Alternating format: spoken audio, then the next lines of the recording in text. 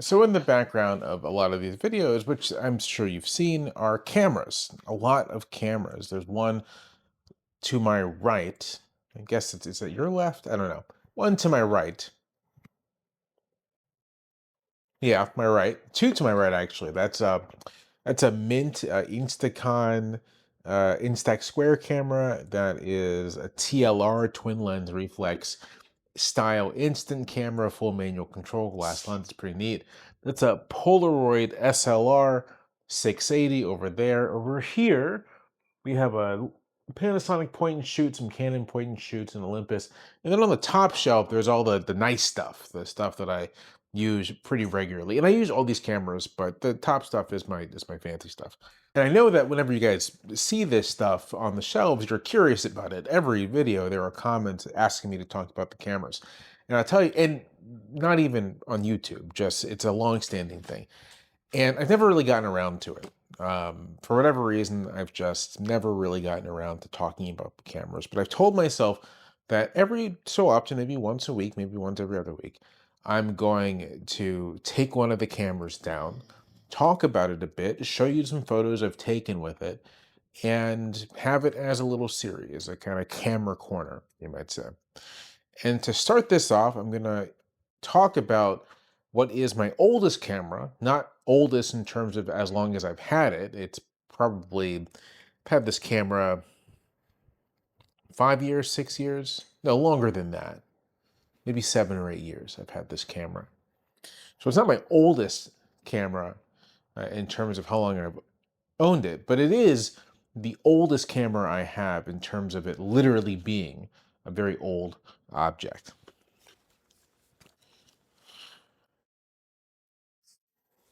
It is my Graflex Crown Graphic. We're gonna come closer, maybe get this in focus some. There we go.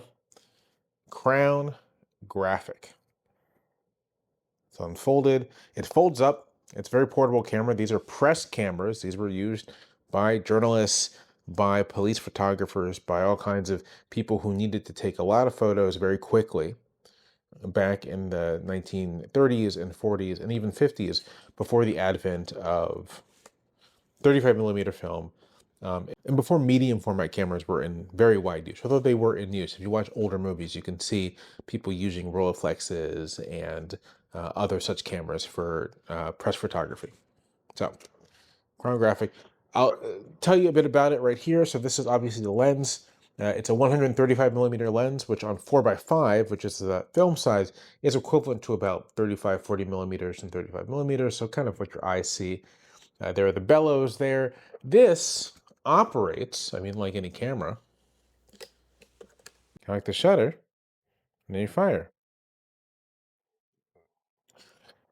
You get your viewfinder right here. And then this is the rangefinder. This determines distance. Although with a camera like this, you can set it, there's a distance scale here. You can set it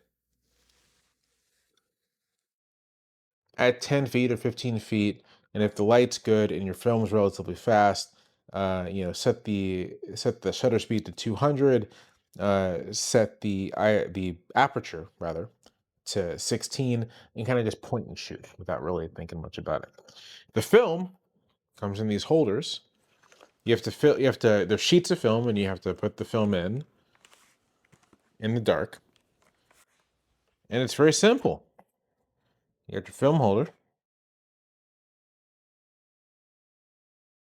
put it in, you get your settings, you get it ready,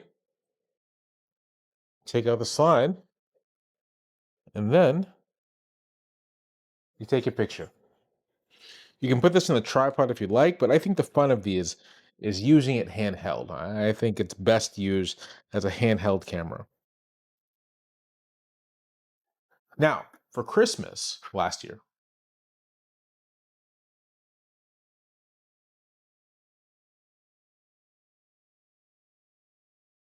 my wife got me this, which is a Lomograph lock 4x5 instant back. It uses Instax wide film and it goes, you can put it right in the back, just like the film holder on the Graflex, or really any 4x5 body that has what's called a Graflock back.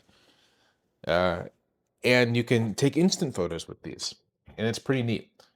You have to put in a spacer to get the film plane right and the frame it right, and it's hard to frame using the rangefinder. I actually tried this over the weekend to frame and shoot using the rangefinder, and it was sort of a 50-50 hit or miss. It wasn't always in focus, especially if I needed to get closer. And so I think in the future, I'll just use the ground glass, which is you can open up the back of the camera and focus on the ground glass itself. I'm not terribly happy with the photos I've taken with the instant film on that thing. I'll show you the ones I took this weekend, which are fine. They're not nothing special. I was just messing around. In focus here. Here's another kind of decent one. Landscape shot. And one more. I've taken some photos of my family, but I don't share photos of my family, so you won't see those. I'm gonna mess around a little more with the instant film because it's cheaper than getting sheet film developed. Getting sheet film developed at a lab is usually about $6 a sheet, and so if I shoot like a pack of film, which a pack of sheet film, color sheet film, probably gonna run me about $50 or $60. So it's like an expensive thing to do. So having the instant film actually makes it a much more usable camera. Although I asked for sheet film for people for birthdays and Christmas and such. So I do have a bunch of sheet films I need to make my way through. Black and white and color. Now, we're going to end this edition of the Camera Corner with some photos. And so what's going to follow from here are some photos taken over the years, the best ones I've taken, I think, with the Speed Graphic, or rather the Crown Graphic. The Speed Graphic is another version of this camera. And please enjoy them. And I'll be back with the next camera on the list. I'm going to go in declining order of, you could say, sensor size. So that's the largest format camera I have, 4x5. Next week, or whenever I do another one of these, we'll go to my medium format camera that I use. And then we'll go to 35mm, and then we'll go through the digital stuff. And we'll just make our way through all the cameras and sharing photos along the way. Hope you enjoyed this, and I'll see you next time. And enjoy the photos.